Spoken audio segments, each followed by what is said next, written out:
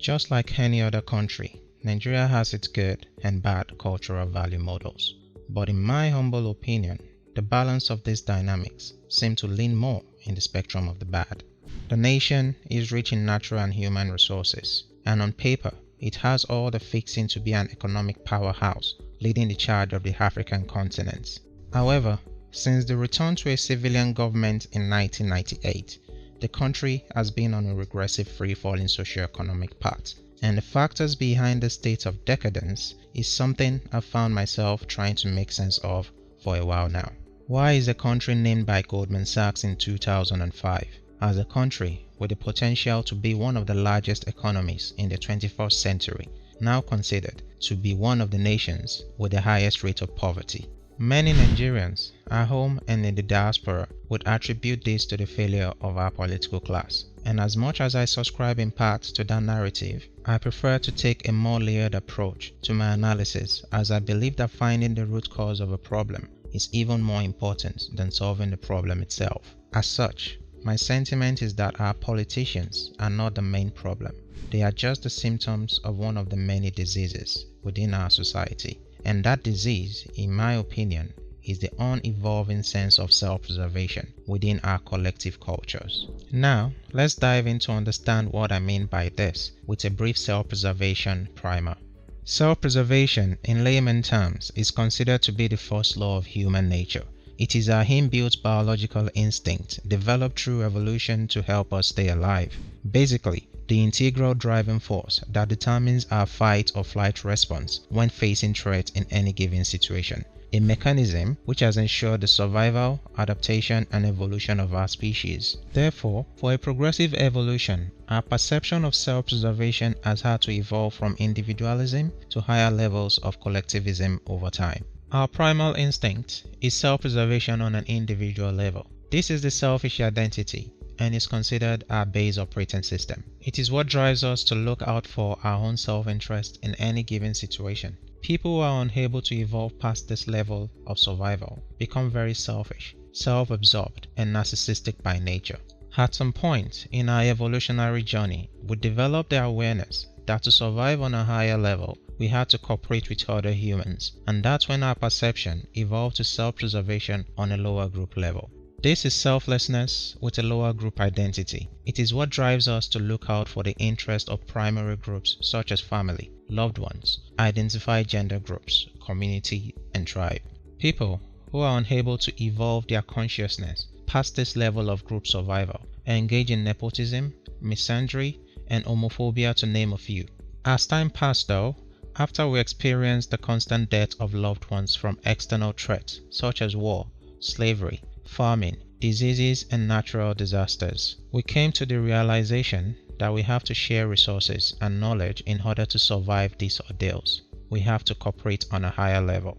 And that's when we started evolving our perception to a higher group level self-preservation, which is selflessness with either a national identity, continental identity, or racial identity. These are higher levels of group conscious self-preservation. These identities are what drive people to look out for the interest of their nation, continent, and race. It's the essence of patriotism. And people who are unable to evolve their consciousness past this level of group survival engage in nationalism, continentalism, and racism. This level of self-preservation is what I believe most people on the planet are currently operating on, as there are no higher external threat that's forcing us to evolve our self-preservation to a higher group level. With that said, there are a select few who have been able to consciously evolve their perception to self-preservation on a universal level. This is selflessness with a universal identity. It is what I believe to be the highest level of group conscious self-preservation, driving change on a global level. The people on this level of conscious self-preservation fight for ideals such as global peace and unity, while also fighting against ideals such as war, slavery, genocide, animal rights, etc. especially when their identified group is not directly affected or threatened.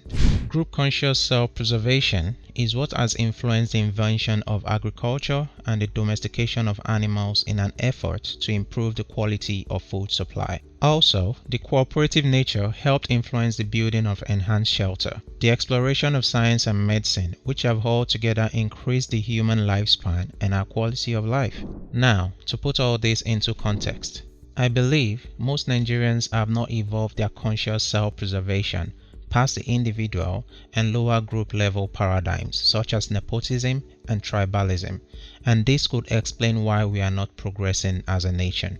These factors are at the very heart of our cultural upbringings, and it is only after we evolve our consciousness to a higher level of group survival such as race or nationalism that we might stand a chance of progressing collectively. I recently read the book titled Tribes: How Race, Religion, and Identity Determine Success in the New Global Economy. The book describes the relationships of cultural groups such as the Chinese, the Jews, the Indians, and the Arabs across the globe, and how they work together and rely on one another even though they are spread all over the planet. I am of the opinion that these groups are operating on a higher group level of race and nationalism, which has enabled them to empower their collective nations. With that said, my current position on this subject was heavily influenced by the events of the 2019 election in Nigeria, during which I listened to a lot of Nigerians make a case for the younger generation to take over the charge of leading the country from the older generation. And as much as I see that solution as practical on a lot of levels, my question has always been, which younger generation? Because if we are talking about the Generation X, the Generation Ys, or the Generation Zs, then we should be ready for a rude awakening if we do not start course correcting. To reaffirm my stance, I want to ask these questions of Nigerians in the diaspora.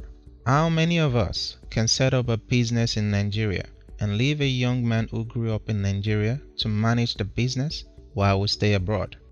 I would make an educated guess and assume that, like me, not a lot of people can answer that question positively due to personal experiences or the bad experience of someone you may know or heard of who has attempted such. Therefore, how can we objectively believe that the current youth can manage the nation and achieve a different outcome? From a logical perspective, I see it as an equation of younger generation plus old mindsets would most likely still result in the same outcome. My point with that question was to demonstrate that even the mind of most in the younger generation is already infected by this cultural value.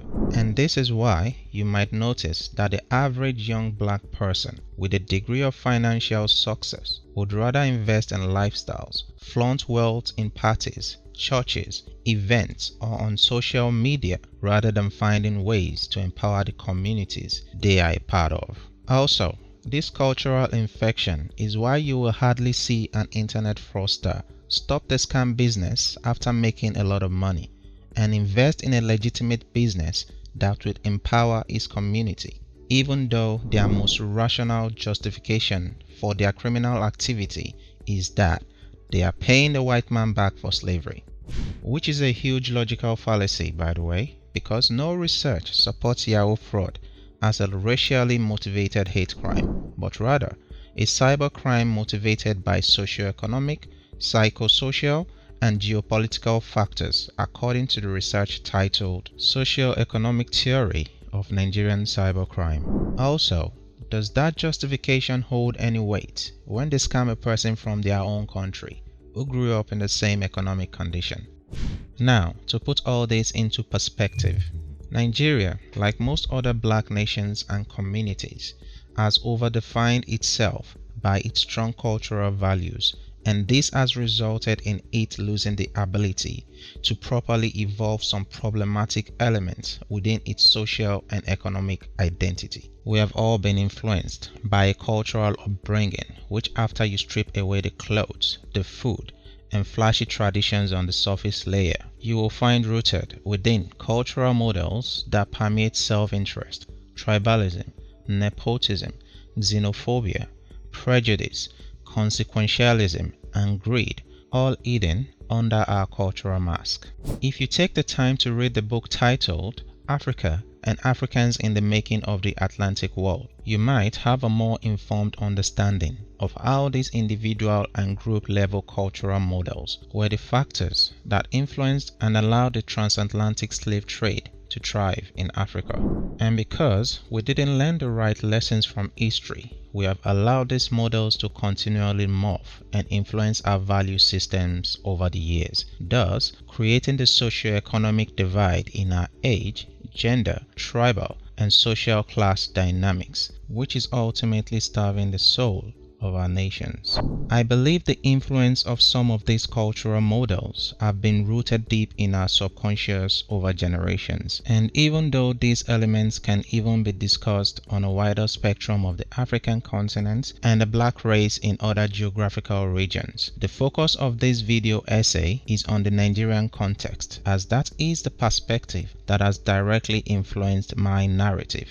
The nation now operates on a parasitic value system that is suffocating our sense of patriotism, humanism, and community. And we, for the most part, have been oblivious or have developed an indifferent attitude to the effects of these factors because we tend to focus a lot on economics, entertainment, and religious spirituality without paying enough attention to disciplines such as social science and humanities in our society. As such, the overarching aim of this video essay is to offer perspective, trigger thought, and possibly kickstart conversations so we can critically start reevaluating the problematic aspects of our cultural value models. Our generation has access to information we can consume through different mediums, and we need to start taking advantage of those. I believe change starts from within, and this can create ripples that may combine forces with other ripples,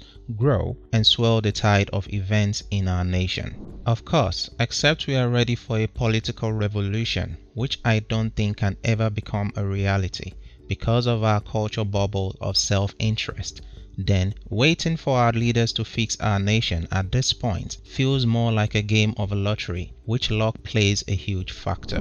The 2020 EndSARS movement was an example of how the power of information distribution, fueled by technology, can trigger and challenge our group conscious evolution on a higher level. However, I am of the opinion that the movement was mostly motivated by social and political posturing instead of a real hunger for change, driven by knowledge and awareness. As such, the movement died a premature death without achieving its intended goal, which is quite unfortunate as people lost their lives during that protest.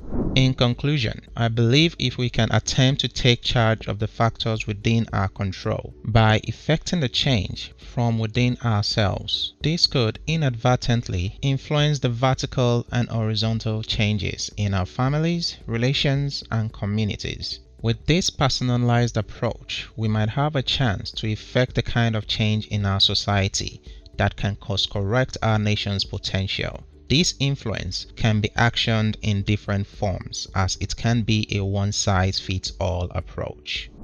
Now, I'm going to share a personal story of what I perceive to be one of the most critical moments in my life journey. My maternal uncle was one of the most influential people in my life growing up. I remember one time he came to visit when I was little, and I asked him to buy me a bicycle, of which he asked for my school results. He saw that I was always within the range of 5th and 3rd in class, and he told me that when next he visits during the next holiday and I came first in class, he would buy me the bicycle. This really challenged me to take my education more seriously that term, and I came 2nd in class. When he came and he saw the result, he told me he was very proud of the improvement and I should work even harder next time if I really wanted him to get me the bicycle. I eventually came first the following time and he got me the bicycle, and he told me that as long as I continued to come first in class, he would always get me any gift I wanted at the end of the term. Looking back, I realized that a person who saw my potential and ignited my passion in academia and reading was not my parent, but an uncle who was not obligated to do so. This is not a knock on my parents because they did their best. They were very loving and very supportive in their own way. However, academia wasn't one of their very strong suits. As such, sometimes I wonder if I would be the person I am today if my maternal uncle had the mindset of, he's not my son, so it's none of my business. The life lesson I took from that experience is that we have to realize that even though the harsh reality of life is that we cannot help everyone, however, we can focus on helping those we can within our families and our communities by challenging them to be better versions of themselves, while also ensuring a balance of accountability and responsibility. With all that said though, it's very important to look out for yourself at the same time, as you can't ignore the very first law of human nature, which is your own self-preservation. As every change you try to effect in the world must come from a healthy place, which means you owe it to yourself to fix yourself first and position yourself in a healthy place mentally, physically, and financially before trying to fix the world around you. Or else, the dysfunction in the world might end up swallowing you up, or you might end up creating a change that is a reflection of your own dysfunction in the world. On a final note, we need to constantly self-assess our motivations for altruism, so we don't become victims of our own ego through self-righteousness, social media virtual signaling, and posturing.